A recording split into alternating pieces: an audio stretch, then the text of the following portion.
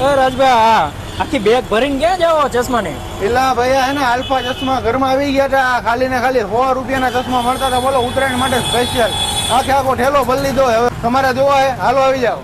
100 રૂપિયામાં ઉત્તરાયણ માટેના ચશ્મા તમે જોઈ લો ભાઈ. મેટલની તમને ફ્રેમ જોવા મળવાની છે, મસ્ત મજાની પ્લાસ્ટિકની ફ્રેમમાં ઘણી બધી વેરાયટી. આમ જો લાઈન લગાડી દીધી છે. આ ચશ્મા ખાલી ને ખાલી તમને 100 રૂપિયામાં મળવાના છે. મેં તો આ ચશ્માનું બેગ ભરી લીધું છે.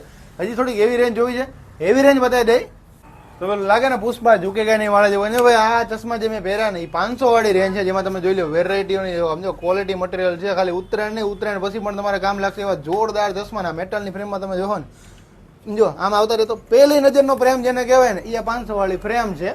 એના સિવાય તમારે 250 જોતા અહીંયા આવતા રહ્યો. આ જો દેખાય ને આ બધી આ 250 વાળી ફ્રેમ છે, જેમાં ક્લોઝઅપમાં તમે જોઈ શકો છો મેટલ વાળી અને કહેવાય કે ગ્લાસ વાળી જોરદાર 250-500 ની વેરાયટી અવેલેબલ છે ને. 100 વાળે મોળા નથી તો પહોંચી જજો કઈ જગ્યાએ આલ્ફા ચશ્મા ઘરમાં.